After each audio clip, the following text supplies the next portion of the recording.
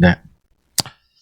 자, 그래서 내 생물 위에 수정과 같은 궁창의 형상이 있음을 성경이 말씀해주고 있습니다. 그 생물의 머리 위에는 수정 같은 궁창의 형상이 있어 보기에 두려운데 그들의 머리 위에 펼쳐 있고 또 궁창 밑에는 생물의 날개가 서로 향하여 펴 있다라고 말하고 있습니다. 오늘도 이 수정과 같은 궁창의 형상이 무엇을 의미하는지, 여러분 우리가 이 말씀을 보게 되면 내 생물 위에 수정과 같은 궁창이 있어요. 반드시 내 생물 위에 수정과 같은 궁창의 형상이 있다는 것을 기억할 필요가 있습니다.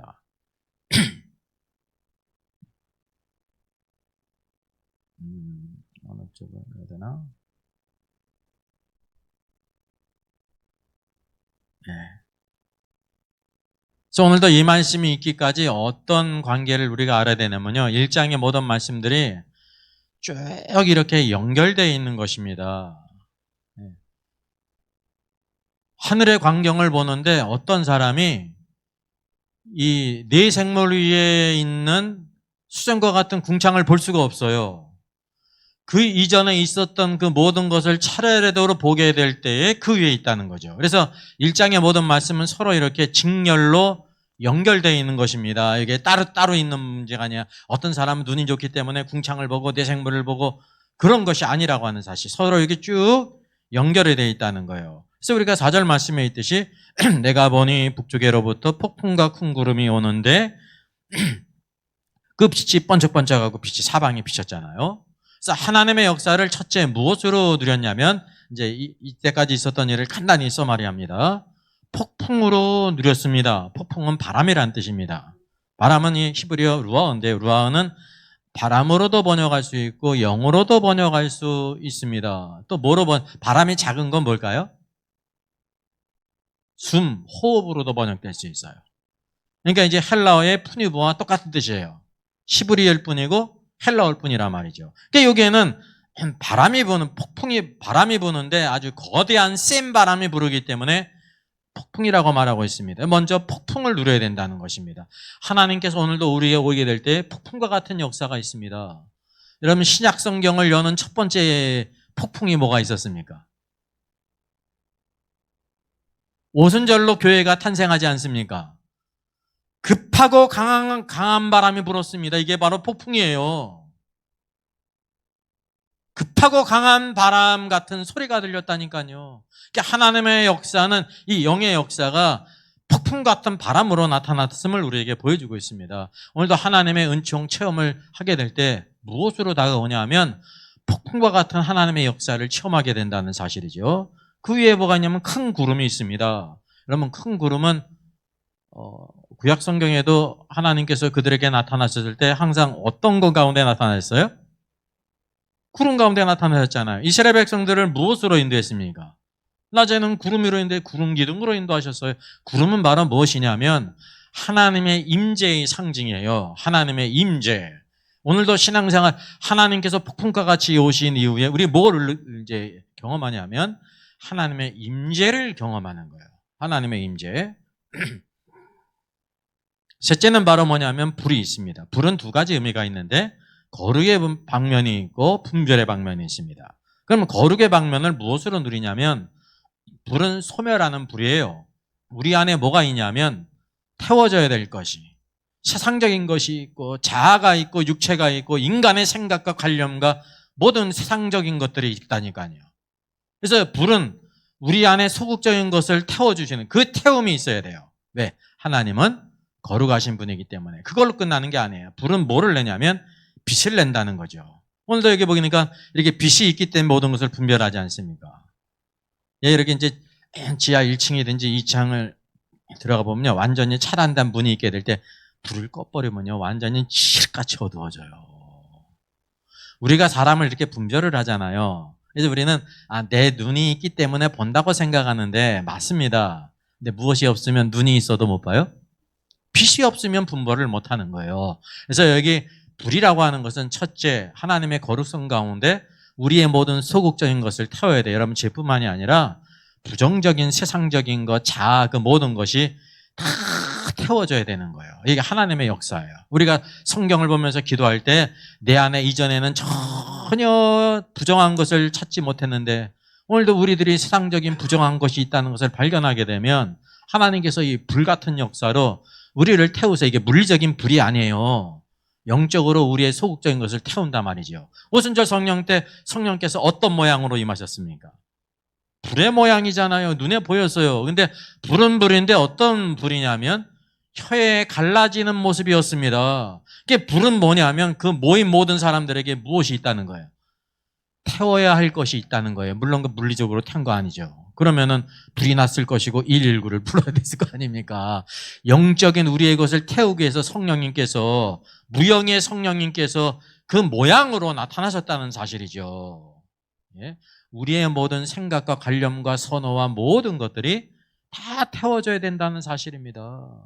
그리고 여기 보게 되면 빛은 모든 것을 분별하게 하세요. 비침으로 말미암아 분별하게 하신다는 거죠. 오늘도 우리에게 이런 영적인 분별력을 주신다는 거예요. 그 위에 뭐를 보게 되냐면 단세 같은 분을 봐요. 단세. 오늘도 우리가 뭐를 체험하냐면 단세를 체험해요. 단세가 뭐라고 그랬어요? 영어 성경에서는 이제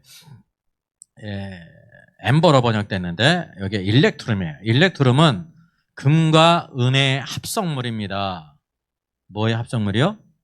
금과 은의 합성물이고, 그래서 이게 호박금으로도 번역이 됩니다. 호박금은 금이 80%, 은이 20%의 합금이에요. 그럼 색깔이 어떤 색일까요? 금이 80%니까 노란색이죠. 노란색. 황금색이 노란색 아닙니까? 근데 여기에 뭐가 포함이 돼? 은이 포함되어 있어요. 금은 바로 하나님의 본성을 가리키고 은은 예수 그리스도의 구속을 가리킨단 말이죠. 그래서 이 단세를 통해서 그 앉으신 분이 단세 같다는 것은 뭐냐면 하나님이시면서 누구라는 거예요? 우리를 구속하신 분으로서 인성을 가지신 분, 인자라고 하는 사실이죠. 우리도 마찬가지예요. 오늘도 우리가 볼 때 우리가 사람이잖아요. 사람이지 않습니까? 인성이 있는데 우리 믿는 자녀들 안에는 뭐가 있냐면 금이 있어요. 이게 하나님의 성품이 있다는 거죠. 첫째, 하나님의 성품의 씨앗이 뭐가 있습니까? 하나님의 생명이 우리 안에 있다니까. 이것이 씨가, 그래서 썩지 아니할 씨를 하나님께 받았다니까요. 그게 눈에 보이지 않지만 우리에게 뭐가 있는 거예요? 금이 있는 거예요. 금이요. 하나님의 성품이 있단 말이에요. 그래서 우리가 하나님의 자녀로 불리는 것입니다. 우리의 모든 말과 행동이 하나님을 닮아가지는 않았지만은 우리 안에 씨가, 하나님의 생명의 씨가 있고 이것이 자꾸만 자라나야 된다는 사실이죠. 그래서 이게 영적인 체험을 이런 네 가지로 우리에게 보여주고 있는 것입니다. 그래서 이 내생물, 우리가 특별히 볼 때 내생물이 어떤 건지 잘 이제 분별하기가 어려운데, 내생물은 이 생물이라는 것은 다른 말로 살아있는 피조물이라는 거예요. 생물이라는 게 살아있는 피조물이에요. 그거를 한자로 줄이면은 생물, 그렇게 되는 것이에요. 그냥 생물 그러니까 횟감만 생각하시면 안 돼요.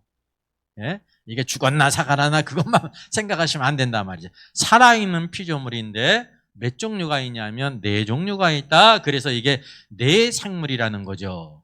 여러분, 우리가 과거에는 하나님의 피조물인데 어떤 피조물이었어요? 영적으로 죽었잖아요. 에베소서 2장 1절에 죽었던 너희를 살리셨다 그랬잖아요. 뭐가 죽었어요? 살아있었는데 에베소 성도들이 영이 죽었다는 거예요. 영이. 우리가 과거에는 죽었어요. 그래서 뭐냐면 죽은 피조물이었습니다. 근데 예수 그리스도로 말미암아 우리가 어떻게 됐습니까?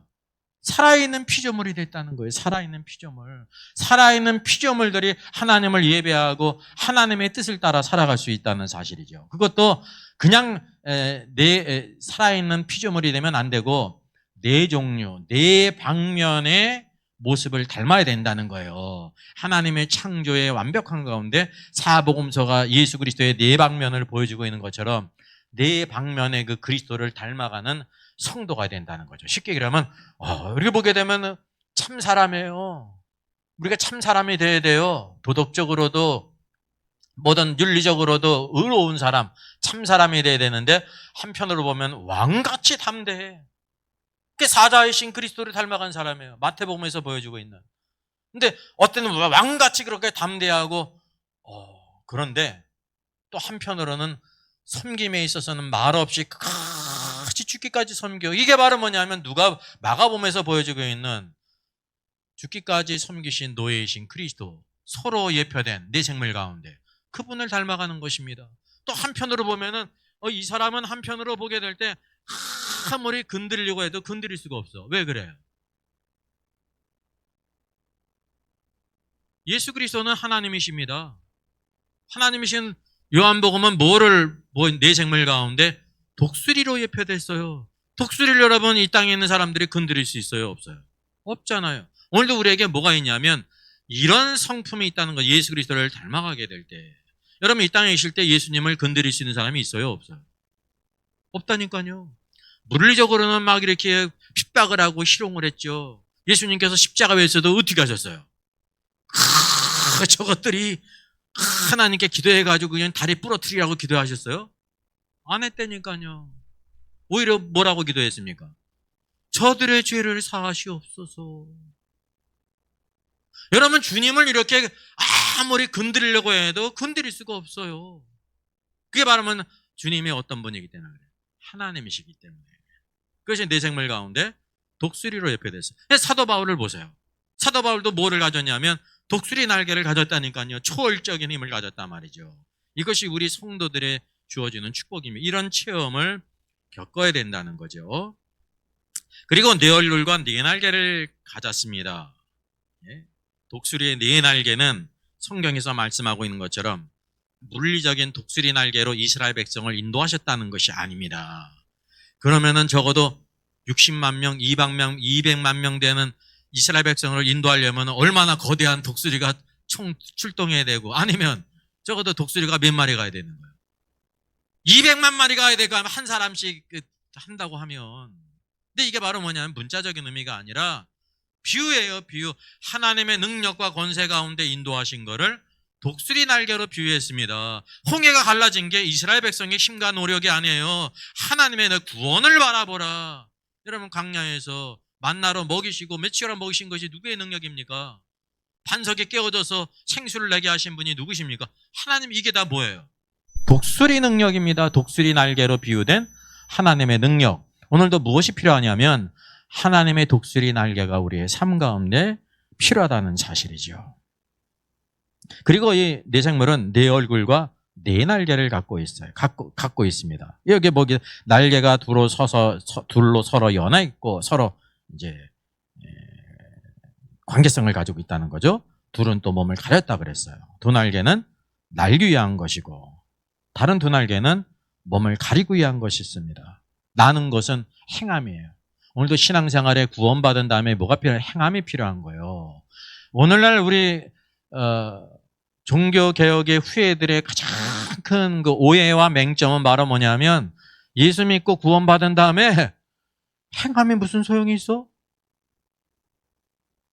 왜냐하면 행함으로 구원받지 않았기 때문에 그 이후에도 행함을 갖다가 막 율법 시하고 이렇게 잘못된 것으로 생각한단 말이에요. 행함이 없는 사람은 어떤 사람인지 아세요? 죽은 사람이에요. 뇌사예요. 뇌사. 우리가 영으로 죽었을 때는 하나님을 위해서 어떤 것도 행할 수 없어요. 그래서 행함으로 구원받을 수 없는데 믿음으로 구원받은 다음에 하나님의 생명 성령께서 우리 안에 임하시고 우리를 말씀으로 인도하시기 때문에 이제는 전에는 중풍병자와 같이 아무것도 행할 수 없었어요. 38년 된 병자처럼. 누구를 기다리지 않습니까? 근데 들어갈 필요가 없어요. 예수님께서 오셔서 그를 일으킨다니까요. 여러분 베데스다 못에 들어가게 하셔가지고 38년 병자를 일으킨 게 아닙니다. 그게 행함이거든요. 38년 병자가 제일 먼저 들어갈 수 있어요? 없어요? 없다니까요. 그래서 그는 자기는 구원받지 못할 것으로 생각했습니다. 천사가 내려올까요? 안 내려올까요? 사람들은 천사가 내려오면 물이 막 동한다고 생각했어요. 천사가 안 보이잖아요. 물이 동할 때가 있습니까? 없습니까? 있죠. 어떻게 돼요? 바람이 불면 이렇게 막 움직이지 않습니까? 그러면 사람들 천사가 내려왔다 갔어. 누구든지 먼저 들어가는 사람은 딱 한 사람이야. 딱 한 사람. 선착순. 그 사람만 병이 나는다는 거야. 이게 사람의 관념은 행함으로 구원받는다는 거죠. 근데 예수님께서 오셔서 38년 병자에게 뭐라고 말씀하세요? 너 먼저 들어가라 그랬어요? 다른 사람은 다 묶어놓고 들어가도록 했습니까? 아니에요. 그냥 주님께서 그를 일으키시는 것입니다. 그게 은혜예요. 은혜. 은혜로 우리가 구원받은 다음에는 움직일 수 있는 사람이 되지 않습니까? 침상을 들고 일어나잖아요, 중풍병자가. 그래서 우리가 구원받은 다음에 하나님 말씀대로 사는 게 축복입니다. 그래서 행함이 필요하고, 우리의 행함에는 뭐냐면 주님의 은혜와 능력으로 행하는 거예요. 그리고 두 날개로 내 생물은 자신의 몸을 가리웠어요. 신앙생활에 중요한 게 바로 뭐냐면 은혜를 받으면 받을수록 나를 드러내면 안 돼. 사람의 속성은 잠깐만 드러내고 싶은 속성이 있어요. 예? 오래된 얘기지만 옛날에는 그냥 금반지를 끼는 게 이게 보통 일이 아니거든요. 왜냐하면 조선시대로부터 쭉 오면서 일반 평민들은 금을 소유할 수도 없고 비싸기 때문에 금반지를 갖다는 건 보통 일이 아니거든요. 근데 금반지를 선물 받은 거야. 이걸 그냥 얘기할 길이 없는 거예요. 그러니까 어떻게 해요? 이렇게 힘들지 하면서 왜요? 금반지를 한번 보이고 싶어서. 이게 죄는 아닌데, 죄가 아니죠. 자기가 있는 좋은 것들을 사람은 저렇게 보이기를 원하는. 근데 하나님 앞에서는 그럴 필요가 없어요. 왜요? 다 아시기 때문에. 우리의 마음까지 다 아시기 때문에 우리가 드러날 필요가 없다는 거죠. 자기 몸을 가리워야 돼요. 이거를 가리우지 못하기 때문에 은혜 받았다가 큰 시험을 당한 사람이 많이 있는 거예요. 가리우라. 자신을 덮어야 돼요. 주님의 은혜와 능력 안에서 자신을 덮어내는 거예요. 나의 나 된 것은 나 때문이 아니라 하나님의 은혜라가 나를 덮으라는 겁니다. 하나님께 영광을 돌려야 되는데 나는 잘났어. 나는 저 사람보다 나은 게 사실이거든요. 키자길이라면 키 큰 사람이 있어요, 없어요? 있죠. 팔씨름을 하면 이기는 사람이 있어요, 없어요? 있잖아요. 그러니까 우열이 있다니까, 이 땅에는. 근데 하나님 앞에서는 그게 다 쓸데가 없다는 거죠. 자기 자신의 덜이 가리우고 이게 하나님의 은혜입니다. 여러분, 그게 신앙생활의 축복이라는 거죠. 이걸 통해서 내 생물, 살아있는 피조물을 통해서 우리에게 보여주고 있어요. 베드로와 요한이 은과 금은 없지만 내게 있는 것으로 내게 주노니 그랬잖아요. 이게 은과 금은 없지만 내게 있는 것 누가 주신 것입니까? 주님께서 주신 것입니다. 그리고 이 안진병이가 일어날 때 사람들이 사람을 주목하잖아요. 뭐라고 말합니까? 우리의 경건과 능력으로 이 사람을 걷게 하는 게 왜 우리를 주목하느냐? 이렇게 가만히 있으면 되는 거거든요. 베드로가 자기 이렇게 안 드러내도 그냥 가만히만 있어도 올라가는 길이에요. 그러니까 뭐라고 얘기합니까? 우리의 경건과 우리의 능력으로 이 사람을 걷게 한 것처럼 왜 우리를 주목하느냐? 십자가에 죽으시고 부활하신 주님께서 그 이름이 이 사람의 믿음을 통해서 일으켰다. 이게 바로 뭐냐 하면 은혜를 받은 사람, 성령 충만한 사람은 하나님의 역사가 일어날 때 자기를 이렇게 덮는 거예요. 감추는 거예요. 그래서 하나님의 역사가 계속 일어나는 거예요. 그러나 주님께서 베드로를 사용하셨죠. 그건 주님께서 그에게 주실 상급이 있는 것입니다. 이게 바로 내 생물을 통해서 우리가 살아있는 생물, 하나님 곁에서 거룩하다 쓰임받는 살아있는 피조물이 되기 위해서 어떤 길을 가야 되는지를 보여주고 있는 것입니다. 이 길을 가야 된다는 거죠. 그리고 이 네 날개 밑에는 사람들의 손을 갖고 있어요. 참 희한하지 않습니까? 네 날개 밑에 사람의 손이 있어요. 사방 날개 밑에는 각각 사람의 손이 있더라. 사람의 손에 독특성이 있지 않습니까? 예, 사람은 동물보다 힘이 약하잖아요. 근데 이 손이 있어가지고요, 지능과 지혜가 있어가지고 모든 필요들을 다 만들어내요. 예? 가장 빠른 새보다도 더 빨리 날잖아요. 비행기를 만들어서, 자동차를 만들고 수많은 것들을 만들어요. 그래서 오늘 우리가 뭐냐면 시편에서도 내가 내 손으로 수고한 것을 먹을 것이라. 합당한 사람은 언제나 수고해요. 힘써 수고하는 겁니다. 우리가 잘못된 신앙은 나는 수고하지 않고 하나님께서 다 채워주실 거야. 이게 신앙이 좋은 것 같죠? 아니에요. 사람이 해야 될 책임이 있고 하나님께서 하실 책임이 있는 거예요.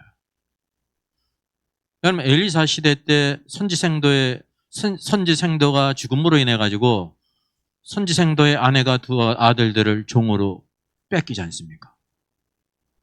하나님께서 엘리사를 통해서 어떻게 역사하세요?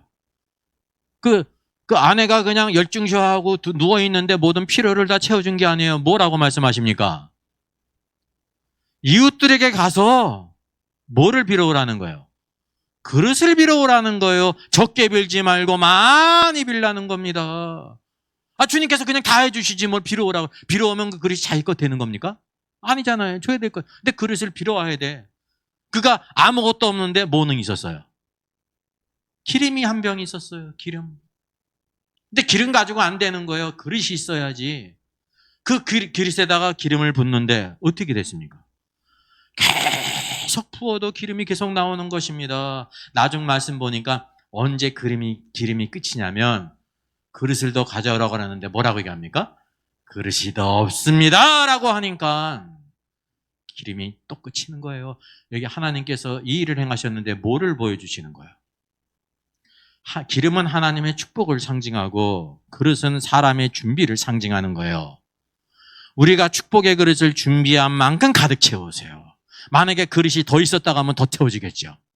만약에 그릇을 조금 빌었다고 하면 조금만 채워지는 거예요.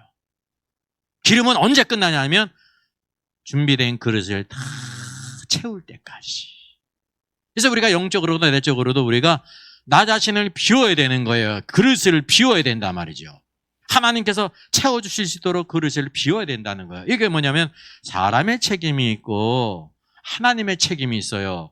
기름으로 채우는 거는 사람이 행할 수 없죠. 하나님께서 하실 일이에요. 근데 사람이 할 일이 있는데 이게 뭐냐면 그릇을 빌어오라는 거죠.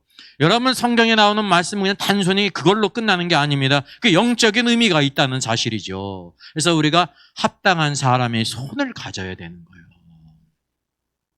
수고해야 된다는 거예요. 수고하는 것. 근데 수고한 것으로만 끝나는 게 아니라 뭐를 바라봐야 되냐면 하나님의 축복을 바라봐야 된다는 사실이죠. 그리고 내 생물의 다리를 보면, 이 발을 보면 그 발바닥이 어떻다고 말씀하고 있습니까? 곧은 다리다. 그래서 이 곧은 다리는 사자의 다리, 독수리의 다리도 아니고 누구의 다리예요? 송아지의 다리며 여기 발굽을 가지고 있습니다. 예? 발바닥은 송아지의 발바닥이라고 말하고 있습니다. 그러니까 발굽을 가지고 있어서 레위기의 말씀에 있는 것처럼 선과 악을 구별하고 거룩한 것과 부정한 것을 구별하고 하나님이 기뻐하시는 세상적인 것을 분별할 수 있는 능력이 있어요. 여러분, 분별의 능력이 있어야 돼요. 그리고 하나님의 말씀을 손은 먹고 어떻게 합니까? 되새김이가 있어가지고요 완전히 소화를 시켜요. 그러니까 우리가 길 걸어갈 때 소가 뭐 씻고 있는데 그 껌 씻고 있는 거 아니잖아. 그죠?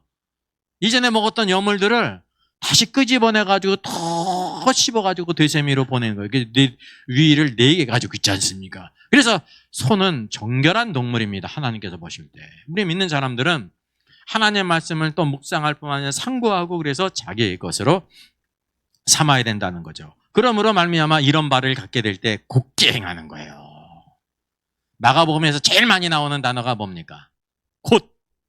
곧은 이제 시간적인 의미가 있는데 그게 상태적인 의미가 되면 스트레이트, 곧게 행했다는 뜻이에요. 시간적으로는 바로 행했고 종의 특징은 바로 행하고 어떻게 해야 돼요? 그대로 말씀한 대로 곧게 좌로나 우로나 치지 않고 곧게 행해야 된다는 거예요. 예수님이 그러셨어요. 예? 사도들이 그랬고 초대교회 성도들이 그랬다니까요. 우리가 바로 이것을 본받아서 이제 살아있는 생물이 되어야 된다는 거죠. 내 생물의 그 위치와 방향이 있는데 내 생물들이 이렇게 사방에 있지 않습니까? 이제 서로 연동이 되어 있잖아요. 제일 중요한 것은 바로 뭐냐면 돌이킴이 없이 모든 것이 하나로 움직인다는 거죠. 그래서 내가 돌이키지 않고 누가 곧게 행할 때는 다른 새 동물은 어떻게 되는 거예요? 여기 있는 것처럼 우편걸음이 있고 좌편걸음이 있고 뒷걸음질이 있는 것입니다. 모두 다 자기가 중심이 되려고 하면 이게 무너지는 겁니다. 하나님의 말씀이 그걸 원해요. 이거를 뭐라고 말하고 있는 거예요? 여기 꽃이 있는데 살아있는 꽃이 아니라 죽은 꽃이 있어요. 그럼 뭐라고 하면 제일 좋아요? 따라서 해봐요. 조화로다. 조화가 있잖아요. 여기. 이 조화를 갖다가 성경에서 뭐라고 부르는지 아십니까? 동역이라는 거예요. 하나로서 동역하고 있어야 한 몸으로. 예? 교회에서 우리가 섬길 때 모두 다 머리가 될 수가 없어요. 모두 손이 될 수도 없고 다리가 될 수도 없고 지체가 다 다르다는 사실이죠. 그래서 이게 뭐냐면 여기 주님을 섬길 때 어떻게 섬겨야 되는지 지체론, 몸의 원리가 나오는 것입니다. 이 모든 것이 누군가가 사자가 곧게 행할 때는 주가 되는 거 아닙니까? 그럼 다른 동물들, 방향면에 있는 내생물들은 우편걸음이 있고 좌편걸음이 있고 뒷걸음이 있는 것입니다. 하나로 움직여 돌이키는 게 없다는 사실이죠. 우리 사람의 성격은 내가 모든 것을 칼자루를 잡지 않으면 어떻습니까? 안 하고 말지 이런 속성이 있어요. 우리에게는. 그리고 하는지 말든지 그냥 하든지 말. 내가 이게 칼자루를 안 잡았으니까. 사람 그런 속성이 있잖아요. 그래서 문제가 생기는 것입니다. 뭐를 배우지 못하냐면 내가 리더가 될 수가 있고 다른 사람이 리더가 될 때 다른 사람은 가만히 열중셔하고 있는 게 아니라 같이 이렇게 동요가고 있다는 거예요. 동요. 그래서 우편걸음을 배워야 되고 좌편걸음도 배워야 되고 뒷걸음도 배워야 된다는 거죠. 근데 여기에는 뭐가 있는 조화가 있어요. 모두 다 동일하게 움직인다는 거죠. 만약에 곧게 움직이는 동물이 있다고 하면 빨리 걸을 거 아닙니까? 뒷걸음이 늦잖아요. 그럼 늦으면 어떻게 되는 거예요? 이게 만약에 기마전 할 때 이렇게 하지 않습니까? 같은 사람이 들따라가면 어떻게 되는 거예요? 그 떨어지는 거지 않습니까? 상대방한테 지는 게 아니라 그냥 자멸하고 만다는 거죠. 그러니까 하나님의 섬김은 무엇을 통해 이루어지냐면 동역을 통해서 이루어지는, 이게 몸의 원리라는 거죠. 자, 그 다음에 성령을 따라, 성경에 나오는 영이라는 거는 사람의 영을 가리키는 게 아니에요. The Spirit, 성령을 가리키는, 그 영, 성령을 가리켜요. 그래서 영이 어떤 쪽으로 가면 그 생물도 그대로 가되, 그래서 이 네 생물, 살아있는 피조물들은 무엇을 따라 행한다는 거예요? 성령을 따라 행한다는 것을 원칙적으로 보여주고 있어요. 오늘도 우리 움직이게 될 때 하나님을 섬기는 사람은 성령을 따라 행해요. 성령을 따라 행하는 사람은 무엇을 붙잡고 있는지 아세요? 하나님의 말씀을 붙들고 있죠. 하나님 말씀과 성령의 인도하심은 항상 일치를 합니다. 나는 성령을 따라 산다고 하는데 하나님 말씀이 그게 아니야. 그전에 보니까 어떤 사람이 기도를 많이 하는 집사님이 있는 거야. 기도를 많이 아주 막 사람들이 막 기도를 막 이제 기도를 받으러 오는 거야. 아이를 뭐 고등학교 보내는데 뭐 대학교 보내는데 어떻게 된지 무슨 어려움이 생겼는지 어떻게 하는지 그걸 기도하러 이제 물어보러 오는 사람이에요. 근데 그 어떤 성도가 그 누구를 만났냐면 유월절을 지켜야지 구원을 받는다는 사람을 만난 거예요. 근데 진짜 구약에 유월절이 있더라는 거예요. 그래서 묻는 거야. 진짜 유월절을 지켜야 그 사람들이 말하는 것처럼 양을 잡아가지고 이렇게 해가지고 유월절을 지켜야 구원받았습니다. 그러니까 기도를 그렇게 많은 집사님이 그거 성경이 있습니까? 그래서 구약 성경이 있답니다. 그래. 그러면 지켜야죠.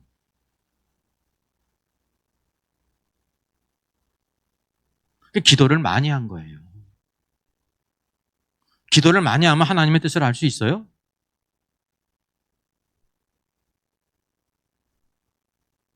저는 말씀과 기도가 하나로 가야 되는, 그냥 기도만 많이 한 거예요. 그래서 하나님 말씀 듣지 않고 기도한 것을 뭐라고 말하고 있어요? 하나님 말씀은 듣지 않고 그냥 기도만 하는 사람은 가증하다 그런 것입니다. 그게 이방인에게. 이방 사람들도 기도 많이 해요, 안 해요? 근데 하나님과는 전혀 상관이 없잖아요. 하나님 말씀과.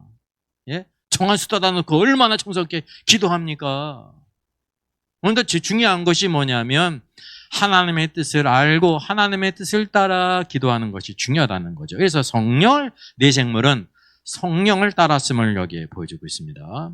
그래서 이 내생물의 동력의 결과가 타는 숯불이 되는 거예요. 타는 숯불. 두 가지 의미가 있다고 그랬죠. 소극적인 것을 태워요.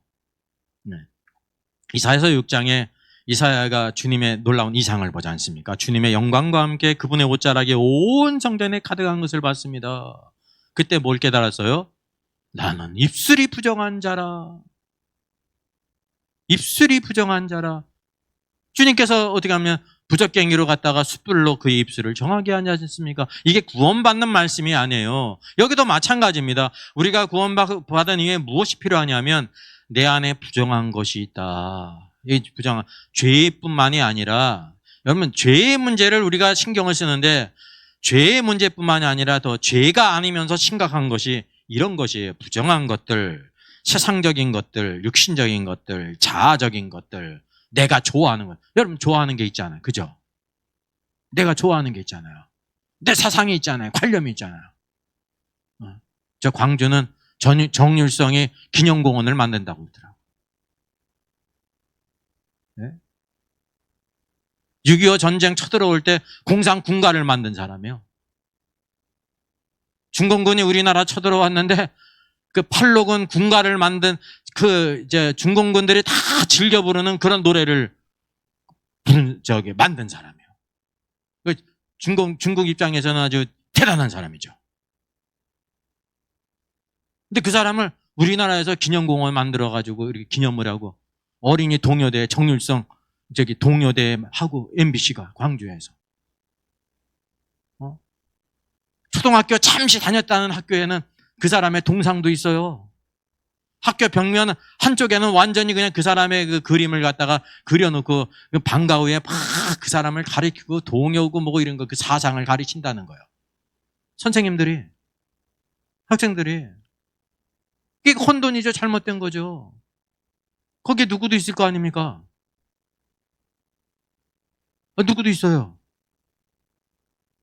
기독교인도 있을 거 아니에요. 기독교인 아니래도 대한민국 사람이 6.25를 다 하는데 겪지는 못했어도 이게 다 뭐냐 하면 우리가 추종하는 사상과 그 선호하는 게 있다니까요. 이 모든 것들이 다 태워져야 된다니까요. 예수를 믿는 사람 가운데서 동성애 찬성한 사람이잖아요. 웬일이에요? 예수를 믿어도 또 예수 아니고 다른 사람 믿어도 구원받는 것을 찬성하는 사람이잖아요. 이게 다 세상적인 사상과 관념과 모든 선호라니까요. 이 모든 게 다 태워져야 돼요. 이런 태움이 없으니까. 이 태움이 있지 않고는 거룩함이 있을 수 없는 거예요. 거룩함을 쪼개면 미분하면 뭐가 되는지 아세요? 거룩함은 굉장히 높은 개념이거든요. 홀리라는 게. 거룩함을 다 쪼개놓으면 그게 뭐가 되는지 아십니까? 그게 바로 성화예요. 성화. 한 조각 성화예요. 변화되는 거. 그런 이후에 적극적 것이 우리에게 온다는 사실이죠. 오순절 성령도 불의 모양으로 임했다니까요. 그 모임 그렇게 간절히 전심으로 기도했는데도 뭐가 있어요? 자아가 있고 육신이 있고 세상적인 것이 있고 자신의 선호가 있고 이념이 있고 다 좋아하는 것이 있다니까요. 주님이 좋아하는 거를 다 좋아하질 않아요. 주님이 싫어하는 거를 주를 믿는 사람들이 다 싫어하질 않아요. 주님 저는 좋은데요. 그렇지 않습니까? 우리가 다 뭐에 죽고 살아요? 내가 좋으면 좋은 거잖아요. 내가 좋으면. 근데 이 모든 것이 다 이렇게 태워져야 된다는 거죠. 그 태움이 있은 다음에 그다음에 숯불은 또 밝게 빛나는 분별이 있습니다. 분별은 적극적인 거죠. 반드시 소극적인 것이 처리된 후에 적극적인 것이 온다는 사실입니다. 그래서 내생물의 동역의 결과가 그 결과가 타는 숯불이라는 걸 우리에게 보여주고 있는 것입니다. 그리고 오늘 말씀 들어가지 않습니까? 이런 과정을 겪은 다음에 비로소 뭐가 보이냐면 수정과 같은 궁창의 형상이 보였다는 것입니다. 수정과 같은 형상. 그러니까 이제 궁창이 수정과 같다는 거예요. 이 수정 같다는 말이 무슨 뜻입니까? 투명하다는 거예요. 투명하다는 거예요. 투명하다는 거예요. 아주 궁창이 투명하기 짝이 없어. 근데 이 투명하기 때문에 어떠냐면 보기에 두려웠다는 거죠. 여기 말하고 있지 않습니까? 이 궁창을 말하고 있는데 테라볼 크리스탈이에요. 두려운. 그리고 또 수정과 같은 이에요. 수정은 투명하겠다. 두 가지 성격을 우리에게 보여주고 있는 거죠. 그래서 오늘 우리가 살아있는 생물로서 이와 같이 동역하게 될 때 살아있는 생물로서 피조물로서 같이 동역하며 하나님을 섬기고 또 하나님의 능력을 체험하고 곱게 행하고 사람의 손을 갖게 될 때 그 위에 비로소 이 내생물 위에 수정과 같은 궁창의 형상을 볼 수가 있다는 것입니다. 크리스탈 같은 하늘을 간다. 여러분 우리가 주님을 섬기면서 맑은 청명한 수정과 같은 궁창이 있다는 느낌을 가지셨습니까? 정반대는 말은 뭐예요? 팍 안개가 꼈어. 먹구름이 꼈어. 하나님만 생각하면 먹구름이 끊겨. 답답한 거야. 막 번개가 치고 두려운 거예요. 왜 그럴까요? 하나님 앞에 나갈 수 없는 내 존재를 우리가 아니까. 왜냐하면 우리 안에 하나님의 법이 있잖아요. 가장 먼저 주신 하나님의 법이 뭐예요? 양심이, 양심. 양심이 콘사인이 있었는데요. 같이 본다는 뜻이에요. 같이 봐. 누가 같이 보냐면 양심은요, 사람도 보고 하나님도 보신다는 거예요. 너 양심 있어? 그러면 사람이 그 양심으로 운운하는 거는 다른 사람도 아는 거거든요. 양심의 문제는. 그 양심의 문제는 누구도 보시냐면 하나님께도 여러분 함께 보세요. 양심이라는 뜻은 하나님께서 우리 사람에게 주어진 첫 번째 법이에요. 우리 안에. 예? 오늘도 우리가 양심의 꺼리낌이 없이 하나님을 섬기게 될 때 이 크리스탈 같은 청명한 하늘에 있는데, 그렇지 못게 될 때 어두컴컴하고 매연이 끼고 막 먹구름이 끼고 그냥 막 온갖 그냥 우르릉탕탕거리고 두려움이 있으니까 하나님과의 교통이 있어요, 없어요? 없지요. 여러분, 그래서 이 위에 있는 궁창은 하나님과의 관계를 가리키는 것입니다. 하나님의 관계. 여러분, 신앙생활은 절대적으로 하나님의 관계잖아요. 성령의 교통이 있을 뿐만이 아니라 무슨 교통이 있어요? 서울 교통이 있어요. 뭐 경기도 교통이 있어요. 성도의 교통이 있다니. 교통이 무슨 뜻이에요? 버스 타고 자동차 탄다는 뜻이 아니에요. 교제한다 그런 뜻입니다. 교제. 성도들의 교제가 끊길 때 왜 끊기는 거예요? 불의할 때. 만약에 내가 다른 사람한테 무슨 불의한 일을 했습니다. 그 사람은 몰라요. 그러면 내 마음에 어떻습니까? 저 사람은 아무렇지 않게 막 이렇게 대하는데 내 마음의 양심이 이런 죄를 졌으니까 뭔가 손해를 끼치고 훔쳐가든지 막 그랬으니까 어떻습니까? 교제가 이루어져요? 안 이루어져요? 안 이루어져요. 하나님과의 교제도 마찬가지라니까요. 오늘도 뭐냐면 하나님께서 우리에게 살아있는 피조물로서 하나님의 관계를 무엇으로 형상화하고 있냐면 크리스탈 같다, 수정과 같은 하늘에 있다라는 거예요. 그래서 그러면 이전에는 어떤 상태냐가 중요하죠. 우리가 구원받기 전에 어땠습니까? 이 크리스탈 같은 청명한 하늘을 가진 적이 없어요. 이건 또 뭐냐면 구원받은 이후에도 마찬가지입니다. 예? 요한일서 1장 9절에 있는 만일 너희가 너희 죄를 자백하면이란 뜻이 무슨 뜻이에요? 우리가 구원받은 다음에도 뭐 할 수 있어요? 자백을 해야 될 죄가 있다는 거죠. 어떤 사람은 그래요. 예수님 믿은 다음에는 죄를 짓지를 않는데, 죄를 짓지 않으니까 뭐냐면 회개하고 자백할 것이 없대. 그 사람이 가능한 사람은 누구밖에 없냐면요, 예수님밖에 없는 거예요. 예수님밖에. 성경과 전혀 다른 것입니다. 예? 요한계시록 소아시아 7교회에 대해서 쭉 언급하게 될 때 여러분 서머나 교회, 빌라델비 교회를 빼고 다른 교회에 대해서 다 뭐를 말씀하셨어요? 예? 검은 개도 있는데요. 회색 개가 있죠. 회색 개가 뭐예요? 회개. 회개하라 그렇잖아요. 교회에 구원받았는데 오늘도 우리의 모든 삶 속에 하나님 말씀대로 살지 못하고 세상적으로 살고 죄를 짓고, 그 죄는 아닐지라도 세상적인 부정한 것이 우리에게 있지 않습니까? 예? 회개가 축복이에요, 축복. 그래서 오늘도 이전의 상태에 어디로 가냐면 크리스탈과 같은 청명한 하늘이 있도록 하나님의, 그러니까 모든 하나님의 관계에서요 가리는 게 없는 거예요. 하나님과 관계에 가리는 게 없는 거예요. 자, 보세요. 마태복음 4장 16절. 흑암에 앉은 백성이 큰 빛을 보았고 주님이 사역을 시작할 때 이 말씀을 인용하셨습니다. 사망의 땅과 그늘에 앉은 자들에게 빛이 비추었도다. 여러분, 이게 문자적인 의미가 아닙니다. 예수님이 사역을 시작할 때 온 세상이 흑암으로 덮인 게 아니에요. 여기 사망의 땅이라고 그랬는데 그 땅에 있는 사람들이 다 죽었습니까? 아니잖아요. 육적으로 죽은 게 아니라 영적으로 죽은 사망을 가리키고, 이 흑암은 물리적인 흑암이 아니라 뭐예요? 영적인 흑암을 어둠을 가리키는 거라니까요. 이 그늘도 마찬가지라니까요. 사람들이 뭐 지금 그늘, 팔레스타인 지역에 그늘이 있으면 좋죠. 시원하고. 근데 이게 그늘이 안 된 것이 적극적인 의미예요? 소극적인 의미예요? 소극적인 의미지 않습니까? 어두운 곳에 있다는 거예요. 어두운 곳에. 이게 영적인 의미라니까요. 그러니까 하나님에 대해서 하늘이 어떻습니까? 하나님의 계획은 우리 모든 인생들이 뭐를 갖냐면 우리 머리 위에 크리스탈과 같은 하늘을 갖는 거예요. 하나님의 관계에 어떤 것도 가로막는 것이 없는 그런 관계를 원하신단 말이죠. 자, 이것이 또 어디에 펼쳐졌냐 하면 머리 위에 펼쳐졌다 그랬어요. 반드시 머리 위에 펼쳐져요. 머리 위에. 머리 위에 펼쳐졌다는 것이 스트레치드로 번역이 되는데요.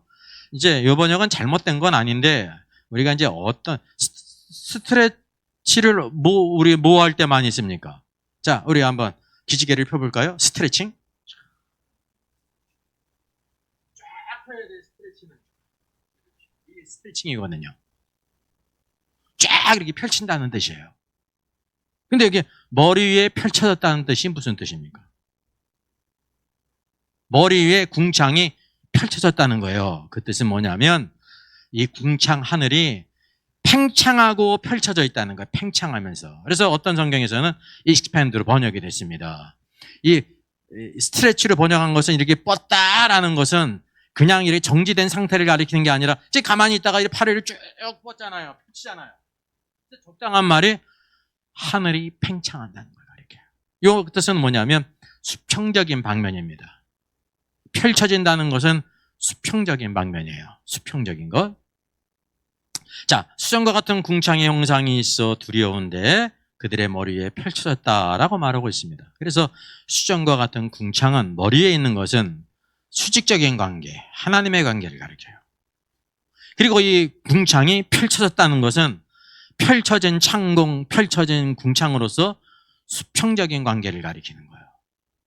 이게 바로 우리 신앙생활 가운데 이렇게 뭐냐면 확대가 있어야 된다는 거죠. 하늘이 전에는 요만했는데 전에 하늘이 요만했어요. 근데 어떻게 되냐면 더 펼쳐지는 거예요. 확대. 복음이 어떻게 돼요? 확대, 확산이 되잖아요. 그러는 것처럼 우리의 삶의 체험 가운데 하나님에 대한 것이 확대되어야 된다라는 걸 말하고 있습니다. 정지 상태에 있는 사람은 이미 진 사람이에요. 세상적으로도. 배우지 않는 사람은 도태되는 거예요. 그럼 세계 인류 기업이 그냥 인류 기업이 되는 겁니까? 과거에 여러분 코닥이 있었잖아요. 완전히 세상 시장을 석권했잖아요. 이제 지금 코닥 찾을 수 있어요, 없어요? 시대 찾을 수 없죠. 특별한 사람만 그냥 겨우 그냥. 왜? 시대가 뭘로 바뀌었습니까? 디지털로 바꿨다니까요. 디지털로. 왜냐하면 이전에 1등 기업이 끝까지 1등 기업이 되는 게 아니에요. 계속해서 뭐를 해야 돼요? 네? 연구하고 확산하고 팽창해야 된다니까요. 잘하지 않으면 진 거예요. 잘하지 않으면. 현재에 만족하면 안 돼. 신앙도 마찬가지라는 거죠. 생명은 뭐냐면 자라야 돼요. 우리 안에 생명이 있잖아요.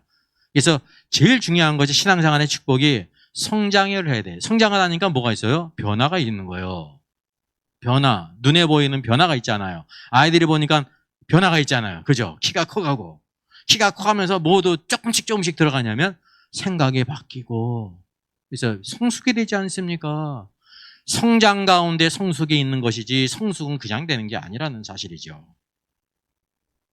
자, 또 궁창 밑에 생물들의 날개가 서로 향하여 펴 있다라고 말하고 있습니다. 여러분 이 궁창 밑은 궁창 이 내생물 머리 위에는 수정과 같은 궁창이 있죠. 그러니까 이 궁창 밑에는 내생물이 상황을 여기 언급하고 있는 거예요. 어떻게? 궁창 밑에 생물들 살아있는 피조물들의 날개가 서로 향하여 펴 있다라고 말하고 있습니다. 서로 향하여 펴 있다는 말이 어떤 뜻이냐면요. 펴 있다는 말에는 여기 킹제임스 성경에 있는 것처럼 어떤 의미는 포함되지 않았어요? 그냥 폈다는 의미만 있지 어떻게 폈다는 의미가 없잖아요. 그럼 뭐가 있어요? 스트레이트. 어떻게 폈어요? 곧게 폈다는 겁니다, 날개를. 요 스트레이트라는 단어가 사복음서 중에서 어디에 많이 나올까요? 마태, 마가, 누가, 요한 복음 중에서 어디에 많이 나올까요? 요 스트레이트가 다른 말로 하면은 곧이라는 우리말로 번역이 됐습니다. 어느 성경이에요? 마가복음이 마가복음. 마가복음은 예수님께서는 죽기까지 섬기신 노예시다, 소이신 그리스도를 우리에게 내 생물 가운데 그거를 보여주고 있는 것입니다. 손은 어떻게 걷는다 그랬어요? 곧게 걷는다 그랬잖아요. 어떻게? 궁시렁 대면서 입은 다물고. 임금님이 이제 자기 궁전으로 들어갈 때 뭐라고 한다는지 아세요? 가기 싫어가지고 궁시렁 궁이 싫다고.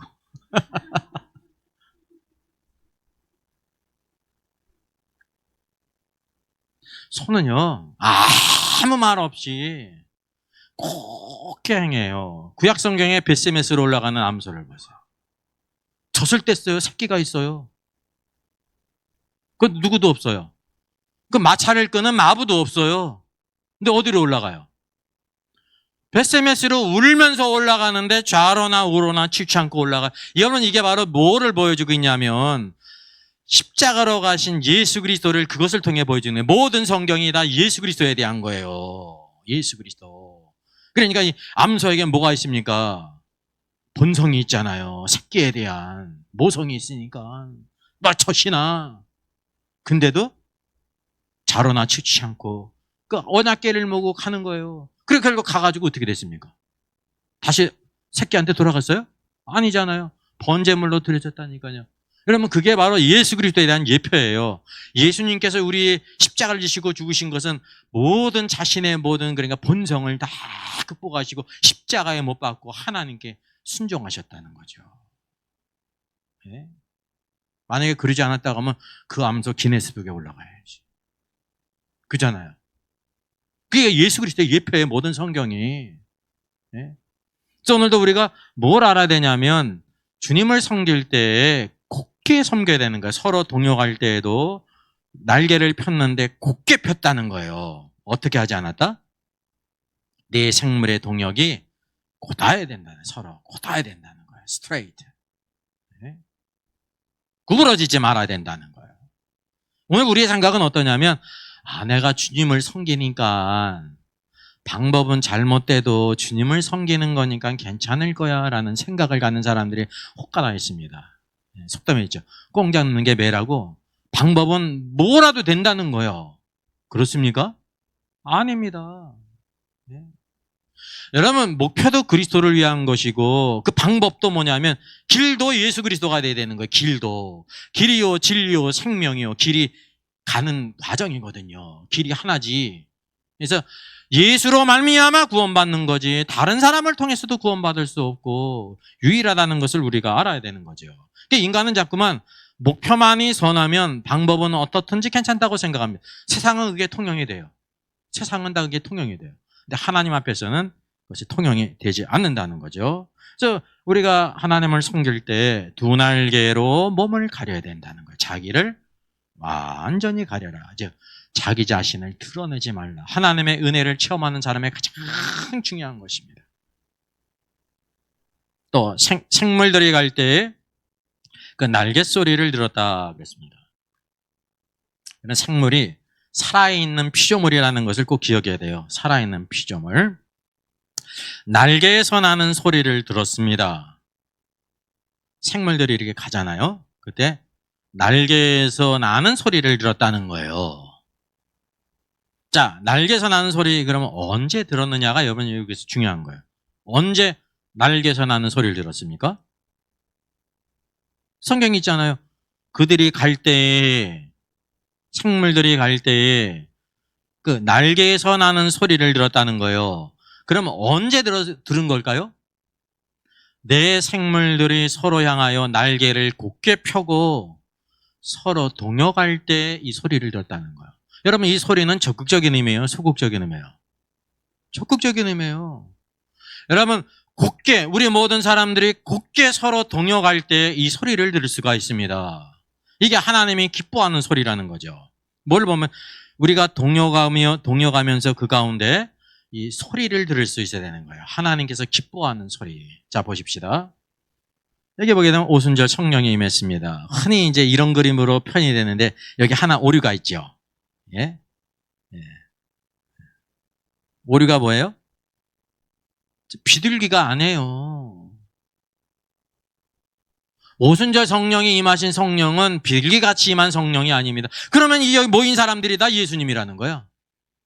예수 그리스도의 120명이.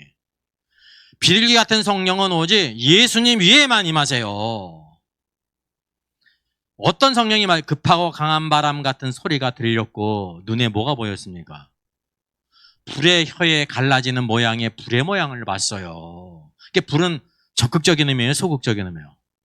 소극적인 의미죠. 우리 사람이죠. 우리 안에 태워져야 될 것이 있다는 거예요. 부정한 것들, 세상적인 것들, 심지어 내가 좋아하는 것들. 여러분 다 자기가 좋아하는 게 있잖아요.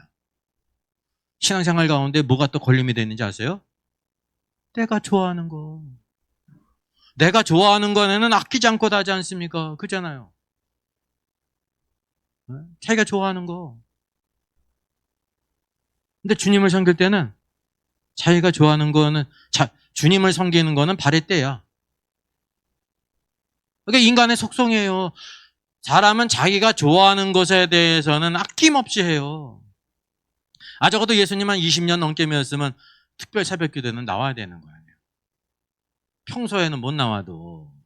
제가 이제 부교육자 사역하게 될 때 이렇게 신방을 하면서 특별 새벽 기도 하니까 꼭 나오세요. 이렇게 하는데요. 그 집사님이 그러는 거예요. 우리 남편님도 집사님이시고. 못 나와. 아니, 이렇게 그냥 초신자면은 뭐 그러네요. 그냥. 집사 된 지 20, 30년 됐는데. 근데 얘기 듣다 보니까요. 내일 골프 약속이 돼가지고 4시에 일어난대. 그러니까 이제 골프 가려면은 가까운 곳도 1시간 가야 되거든요. 시작이 6시에 시작하니까. 준비하고 그러니까 4시에. 그거 어떻게 갈까요? 힘들어요? 안 힘들어요? 안 힘들어요. 자기가 좋아하는 거 가는 거니까. 좋아하는 거는 힘들지가 않습니다. 문제는 뭐냐면 우리의 마음이 어디에 있느냐의 문제죠. 어디에 있느냐. 네. 그러니까 우리가 이제 기도의 기쁨을 몰라도 이것이 꼭 필요하다, 이게 훈련이다라고 생각하면 힘들어도 가는 거 아닙니까? 그죠? 근데 그것도 절대 안 되는 거야. 이제 우리가 사람이란 존재는 폼생폼사라고 자기가 좋아하는 거는 그냥 뭐든지 다 해요. 그냥. 예. 한 번 골프 가려면 돈이 얼마나 많이 들어요. 시간도 들죠. 또 거기에다가 일찍 일어나야 되죠. 비가 오면 갈까요? 안 갈까요? 가더라고요. 웬만큼 비가 많이 폭우가 쏟아지지 않으면은 그거 취소할 수 없어요. 그 예약하고 근데 1인당 20몇만 원 다 들었는데 비가 와도 가더라고. 바람 불면 갈까요? 안 갈까요? 웃기는 소리. 웬만해선 취소가 없다니까요. 이게 뭐냐면 우리 사람은 자기가 좋아하는 것은 뭐든지 한단 말이죠. 그래서 마지막으로 뭐냐면 죄의 문제가 아니지만 오늘도 우리에게 하나님을 섬길 때 이제 걸림돌이 되는 모든 것들이 이게 태워져야 된다는 거죠. 그래서 오순절 전과 오순절 후를 한번 보겠습니다. 마태복음 17장에 예수님께서 베드로, 야고보, 요한 세 제자를 데리고 올라갔습니다. 그 이전에 뭐를 말씀했어요? 너희들이 죽기 전에 인자가 왕권을 가지고 올 것을 볼 자가 있다. 주님이 오늘까지 오시지 않았는데 주님이 돌아가시기 전에 주님의 그 재림의 모습을 볼 자가 있다는 거예요. 참 주님은 뻥도 세죠. 그리고 이제 세 제자를 올라가려고 합니까? 이게 마태복음 11장이죠. 주님이 변화산 그 높은 산에서, 변화산이요 우리나라 백두산보다 높은 산이에요. 그 모습에 변화되는데 어떻게 되냐면 얼굴이 해같이 빛났어.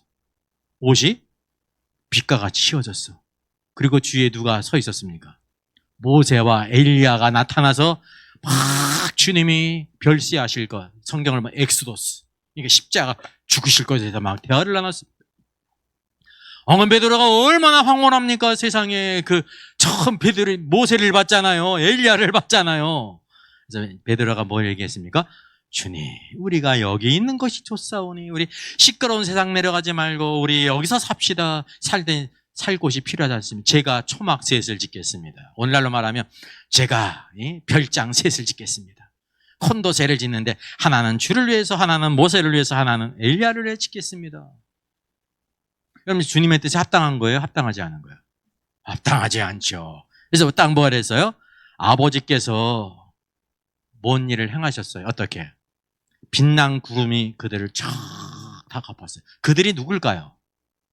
모세와 엘리야, 심지어 베드로, 야고보, 요한까지 보이지 않게 싹 덮었어요. 예수님은 덮었을까요? 안 덮었을까요?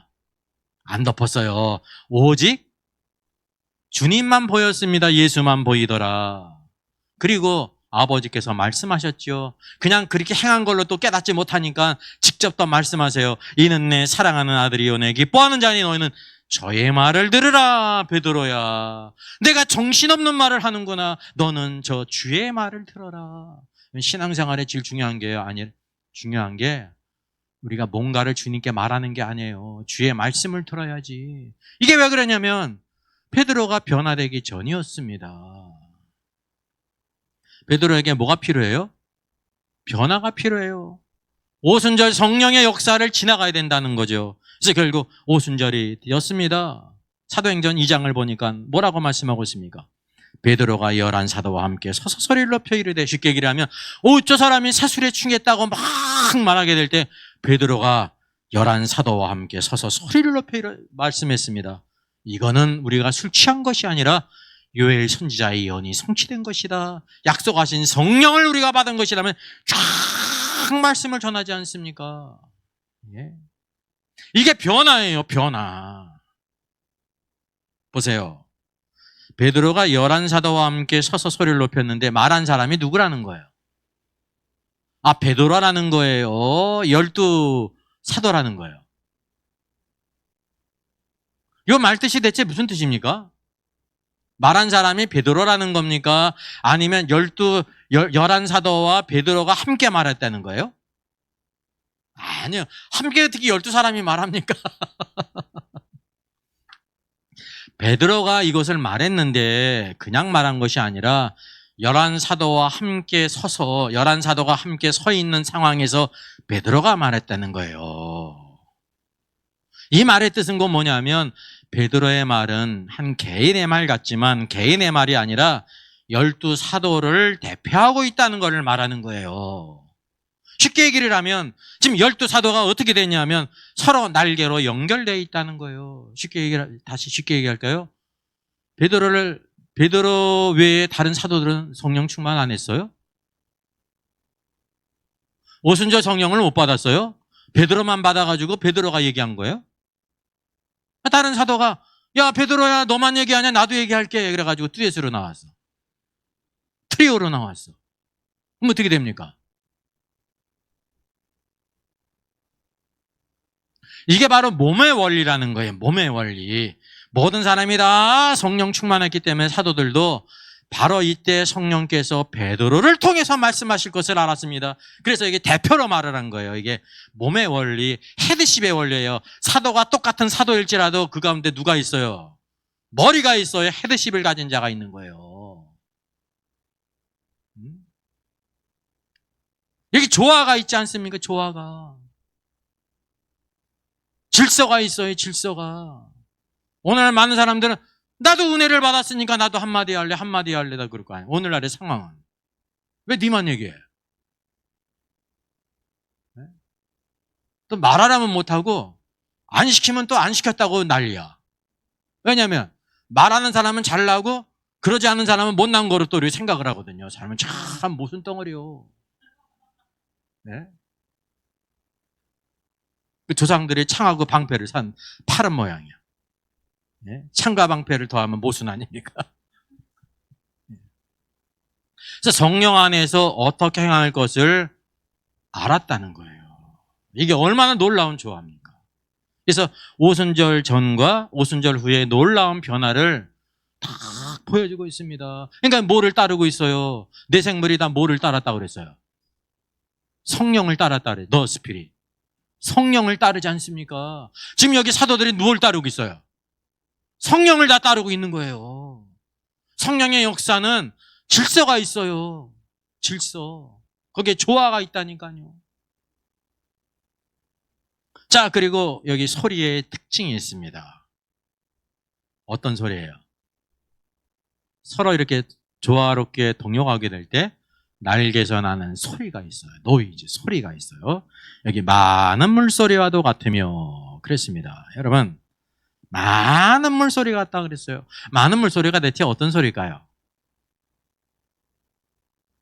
그러면 이제 이렇게 이렇게 계곡에 놀러 가면 물가에 가면 특징이 뭡니까? 물이 치치치치 막 흘러가는데 물소리 때문에 누구를 불러도 그래도 소리가 들려요, 안 들려요?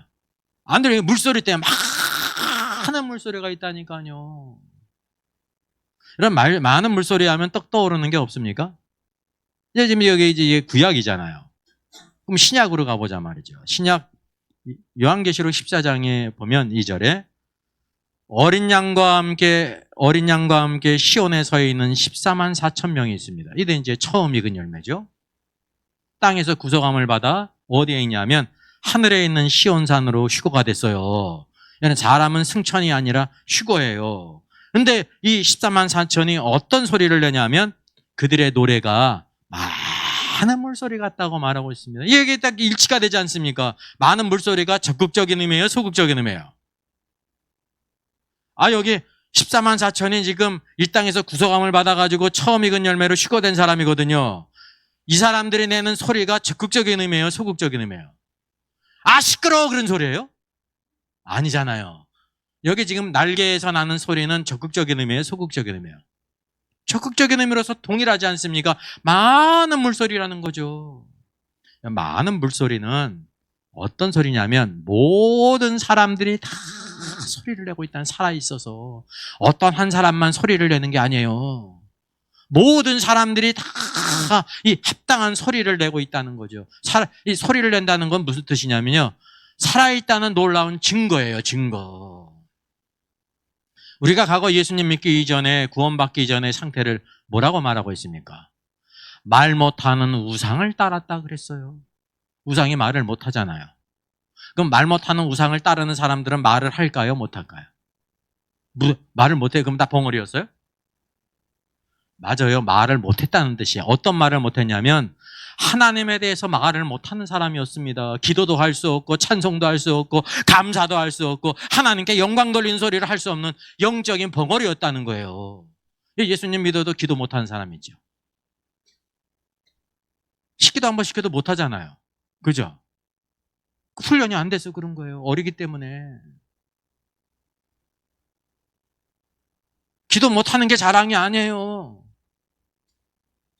아이들이 이렇게 잘하면 말을 하잖아요. 엄마 뭐 줘 하고 자기 의사를 표현하지 않습니까? 그러니까 훈련이 안 된 거라니까요. 네? 인격적으로 우리가 기도하는 게 높은 기도예요, 여러분. 인격적으로. 그래서 오늘 이렇게 합당한 소리를 내야 되는 기도도 마찬가지고 찬송을 하는데 찬송 못하는 사람이 있어. 왜 그래? 근데 그 사람이 이제 초신자든지 처음 비기너든지 그런 사람이면 이해가 가는 거예요. 세례받고 예수님 믿는데 찬송할 때 이러고 있어. 뭡니까 그게? 벙어리예요, 벙어리. 쉽게 얘기하면 내가 이렇게 힘든 일이 있는데 뭐 찬송이 있습니까? 그럴 수도 있고. 그죠? 하나님 앞에 바로 뭐예요? 벙어리요. 제가 벙어리 경험을 했습니다. 전에 잠깐 얘기한 7월 달에 제가 뒤늦게 그 센 와중에 안 걸리더니 세상에 다 지나가지고 7월 달에 제가 코로나를 걸렸잖아요. 그렇게 심한 게 그냥 온몸이 다 그냥 막 쑤시고 또 요즘 열도 있고 뭐 또 이제 기침도 나고 가래도 끓고 그랬는데 제일 힘든 게 바로 뭐냐면 숨을 못 쉬는 거예요. 숨을 못 쉬어. 물을 못 마셨어. 물을 마시니까 물을 자꾸만 많이 마셔야 되잖아. 막 그냥 목을 칼로 째는 것 같아. 면도날. 우리 먹을 수가 없잖아요. 지금 사모가 뭐 해줄까요? 어떻게 하면 내가 뭐 어떻게 소리를 내야 될 거 아닙니까? 목소리 소리가 안 나. 앵소리가 안 나. 이렇게 뭘 얘기를 해야 될 거 아니야. 응이라든지 뭐 그래. 이게 소리가 안 나오니까 나 미쳐 죽을 것 같은 거야. 그래서 야, 말 못하는 사람의 그 고통이 얼마나 심한지를 내가 잠깐 그 말 못할 경우가 일주일 정도 심할 때 제가 누우면 숨을 더 못 쉬잖아요. 그래서 이렇게 기대고 숨 쉬는 게 그렇게 고마운 건지 그때 또 알았어. 그래서 제가 이제 벙어리 아닌 벙어리 기간은 지났는데요, 여러분. 말을 할 수 있다는 게 큰 축복입니다. 입을 열어서 이제 합당한 말, 쓸데없는 말 하지 마시고 해야 될 말 꼭 하시고 하나님에 대해서는 얼마든지 밤새도록 하세요. 사람 붙잡고 밤새도록 얘기하지 말고. 사람은 그걸 감당할 수가 없어요. 나빠서가 아니라 우리는 다 시간에 제한이 있다니까. 근데 하나님 붙잡고 얘기해 그냥 밤새도록 한 달 동안 얘기해야 될 거를 사람 붙잡고 얘기하면 사람이 견뎌납니까? 안 되지. 하나님에 대해서 얘기하나요? 하나님에 대해서. 이게 살아있는 증거입니다. 우리가 기도해야 될 때 기도하지 못하잖아요. 참 희한해. 반드시 기도해야 될 때인데 기도를 또 못해. 얘기 안 해도 될 거는 그냥 밤새도록 얘기 잘해요. 우리가 이게 합당하게 말하는 것이 얼마나 축복인지. 이제 여기 날개 소리가 많은 물소리 같고 이게 살아있는 생물들이 움직이게 될 때 많은 물소리는 누구의 소리와 같으냐면 그냥 일반 성도들의 소리가 아니라요. 14만 4천 이렇게 땅에서 속량을 받아가지고 휴거돼서 하늘에 시온산 어린 양과 함께 서 있는 14만 4천 명이 내는 그 소리라는 게 많은 물소리라는 겁니다. 이 많은 물소리가 하나님을 기뻐하는 소리예요. 그래서 우리의 찬양이 많은 물소리 같고 우리의 기도가 우리의 모든 간증이 많은 물소리가 되어야 된다는 거죠. 그래서 여기 중요한 것은 개인의 소리가 아니라요. 한 사람만의 소리가 아니라 모든 사람의 소리라는 거예요. 이게 살아있는 것입니다. 그래서 이게 무슨 원리가 있어요? 몸의 원리.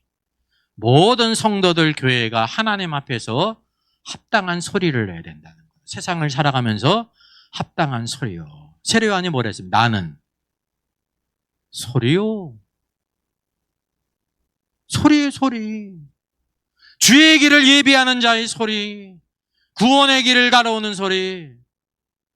요한의 제자로서 주님을 만난 사람이 누가 있습니까? 안드레가 있잖아요. 안드레가 메시아를 만난 다음에 첫 번째 퍼스트 한 일이 뭐였습니까? 그의 형제 시몬에게 가서 내가 메시아를 만났다. 그래서 주님을 믿지 않습니까? 이게 합당한 소리라니까요.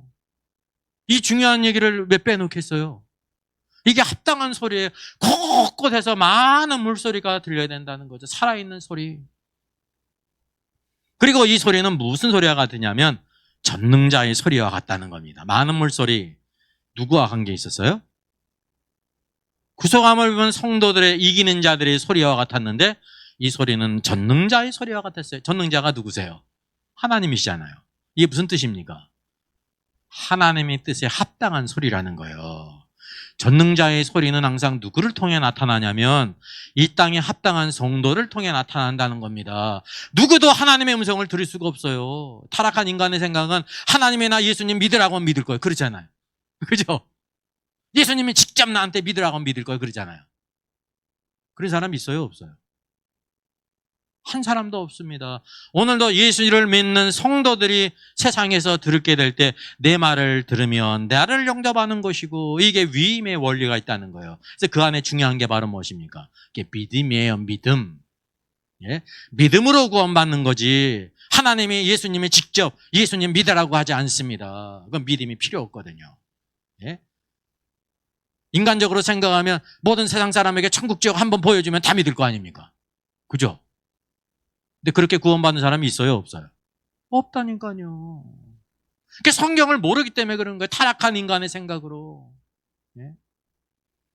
뿐만 아니라 이건 떠드는 소리고 군대의 소리라 그랬습니다. 여기 떠드는 소리가 있는데요.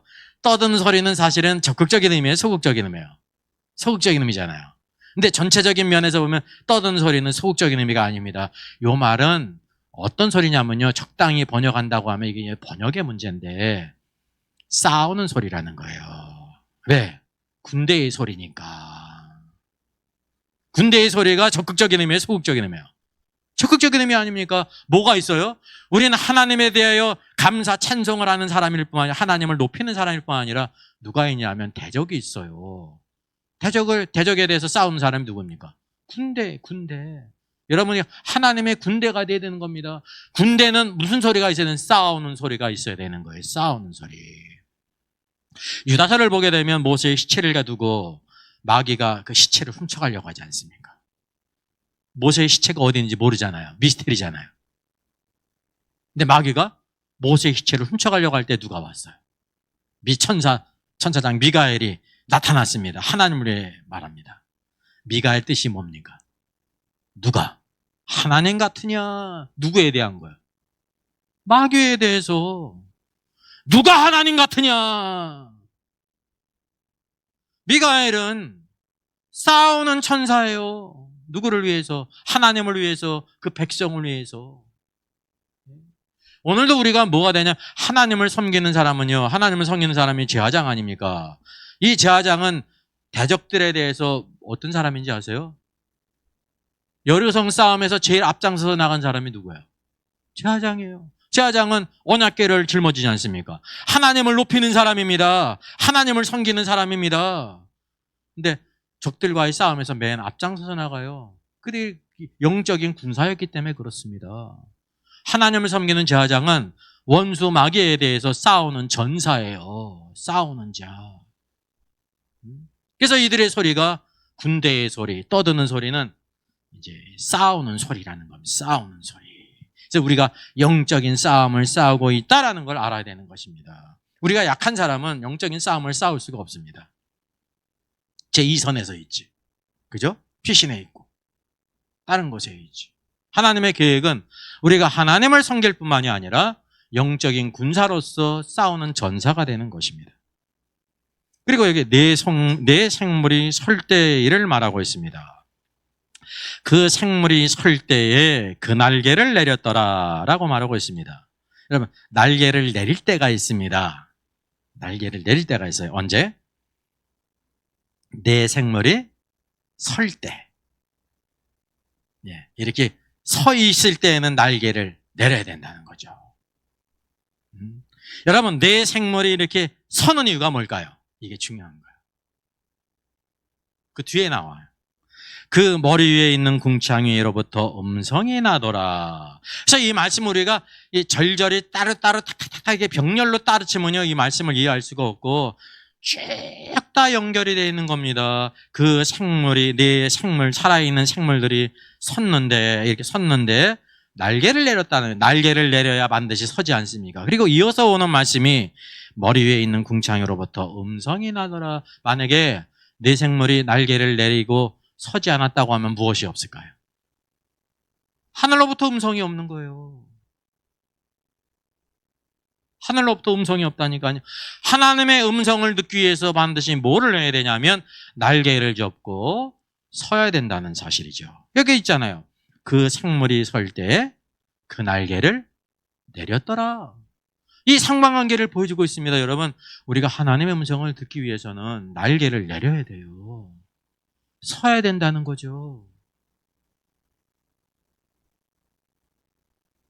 날개를 내리지 않고 주의 음성을 들을 수 있는 사람이 있을까요? 없다는 것입니다. 그래서 여기 궁창 위에 하나님의 음성을 듣기 위해서 내 생물이, 우리가 살아있는 생물로서 하나님의 음성을 들으려면 반드시 날개를 접어야 된다는 것, 내려야 된다는 것입니다.